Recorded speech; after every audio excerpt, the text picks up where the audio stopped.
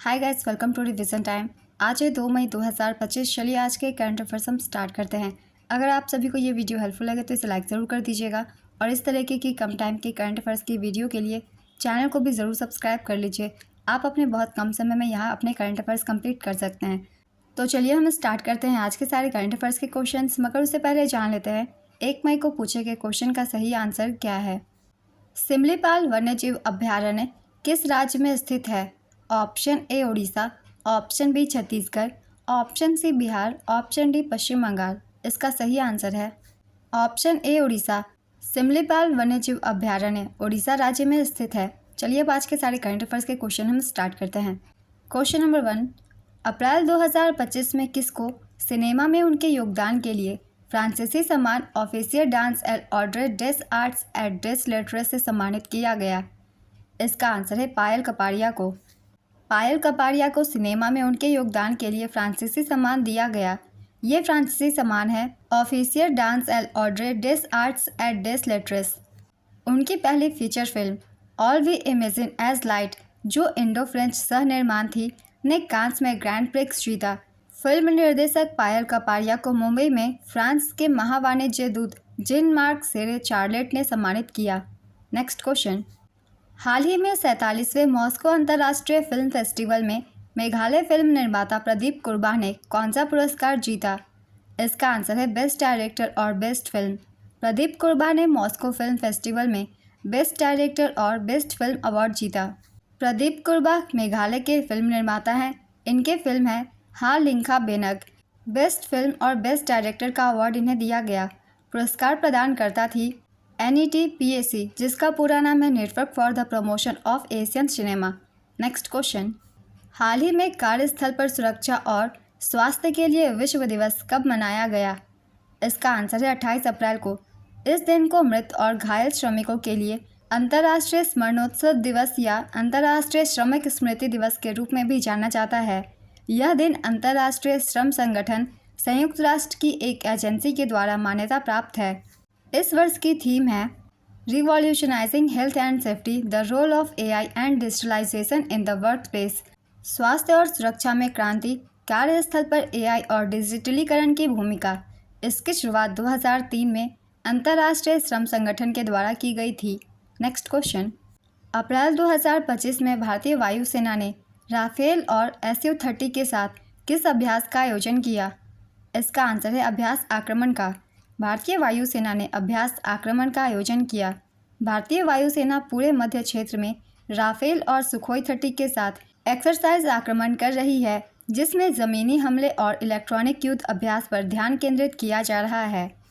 पहलगाम हमले के बाद भारत पाक के बीच बढ़े तनाव के बीच यह अभ्यास मेटियोर, रैम्पेज और रॉक्स मिसाइलों के साथ भारत की हवाई बढ़त को दर्शाता है। भारतीय वायुसेना के अध्यक्ष है air chief marshal Amarpreet Singh. Next question, Bharat सरकार ने गलत सूचना फैलाने पर कितने पाकिस्तानी यूट्यूब चैनलों पर प्रतिबंध लगाया है? इसका आंसर है 16। भारत ने गलत सूचना फैलाने पर 16 पाकिस्तानी यूट्यूब चैनलों पर प्रतिबंध लगाया। भारत ने प्रतिबंधित चैनलों की भड़काऊ कहानियों को डटकर मुकाबला करने के लिए यह कदम उठाया है। आतंकवादियों को उग्रवादी के रूप में चित्रित करने के कारण BBC को आधिकारिक फटकार का सामना करना पड़ रहा है। विदेश मंत्रालय ने विदेशी मीडिया रिपोर्टिंग पर सतर्कता बढ़ा दी है। नेक्स्ट क्वेश्चन, IPL के इतिहास का दूसरा सबसे तेज शतक किसने लगाया? इसका आंसर है वैभव सूर्यवंशी ने। वैभव सूर्यवंशी ने IPL के इतिहास का दूसरा सबसे तेज शतक लगाया है। वैभव सूर्यवंशी ने मात्र 35 गेंदों में शतक पूरा करके यूसुफ पठान का रिकॉर्ड पीछे छोड़ दिया है। राजस्थान रॉयल्स टीम के वैभव सूर्यवंशी IPL के सबसे कम उम्र के खिलाड़ी हैं। इनकी उम्र महज 14 वर्ष है। IPL इतिहास के 3 सबसे तेज शतक लगाने वाले खिलाड़ी हैं।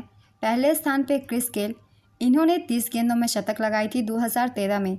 दूसरे स्थान पे वैभव सूर्यवंशी, इन्होंने 35 गेंद में शतक लगाई 2025 में। और तीसरे स्थान पर अब आ गए हैं यूसुफ पठान, इन्होंने 37 गेंद में शतक लगाई थी 2010 में।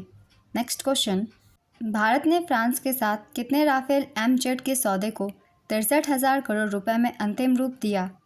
इसका आंसर है 26। भारत और फ्रांस ने 26 राफेल नेवल लड़ाकू विमानों की खरीद का समझौता पूरा किया। ये समझौता 28 अप्रैल 2025 को पूरी हुई। इसकी लागत 63,000 करोड़ रुपए आई। डिलीवरी की शुरुआत 3.5 वर्षों के भीतर शुरू होगी। वर्ष 2028 से पूरी डिलीवरी 6.5 वर्षों तक पूरी हो जाएगी। 26 राफेल एम लड़ाकू विमानों को भारत के विमान वाहक पोतों पर तैनात किया जाएगा।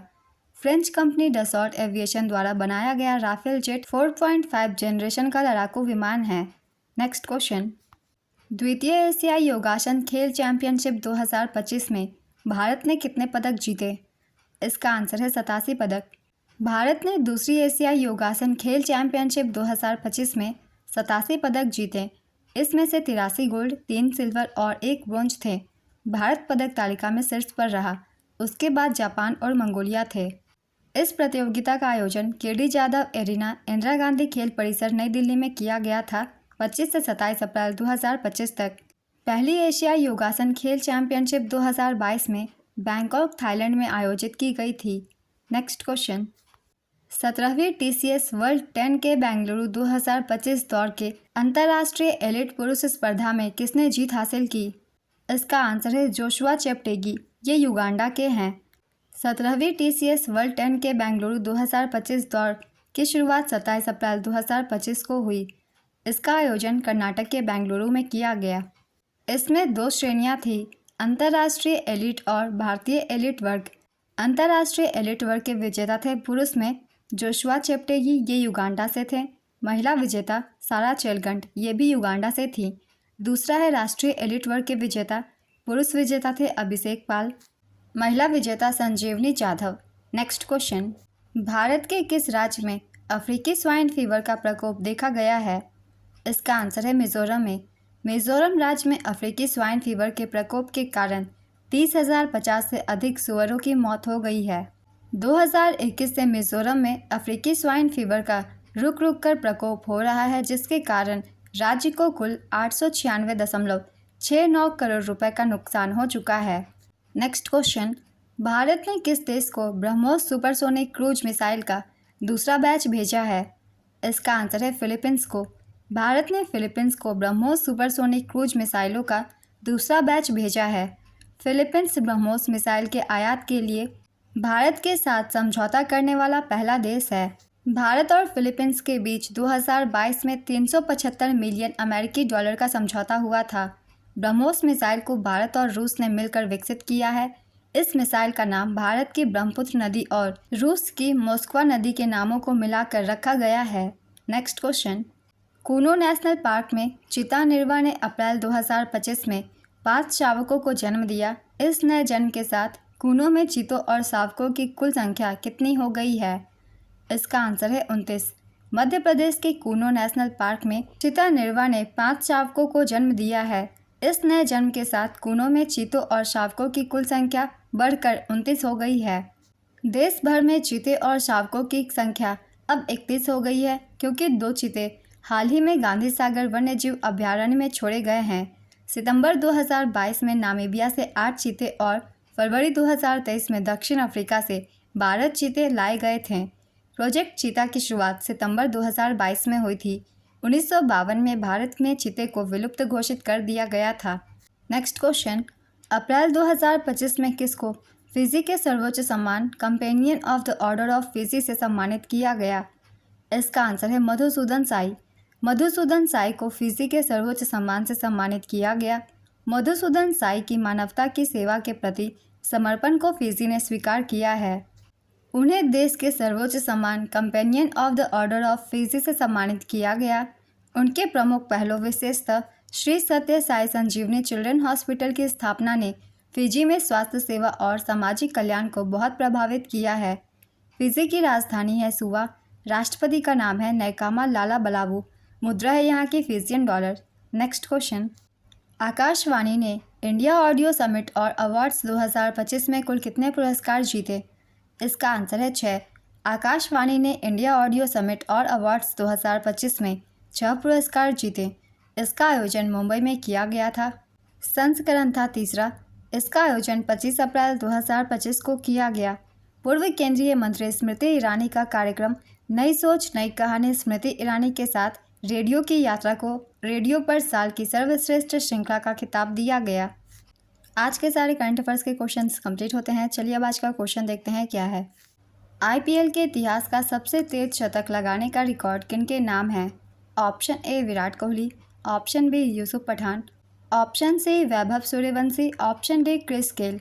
अपना आंसर गेस कीजिए या फिर कमेंट बॉक्स में दीजिए। अगर आप सभी को यह वीडियो हेल्पफुल लगी हो तो वीडियो को लाइक ज़रूर कर दीजिएगा और इस तरीके की कम टाइम की करंट अफेयर्स की वीडियो के लिए चैनल को भी ज़रूर सब्सक्राइब कर लीजिए। तो फिर मिलते हैं अगली वीडियो के साथ। आप सभी को थैंक यू।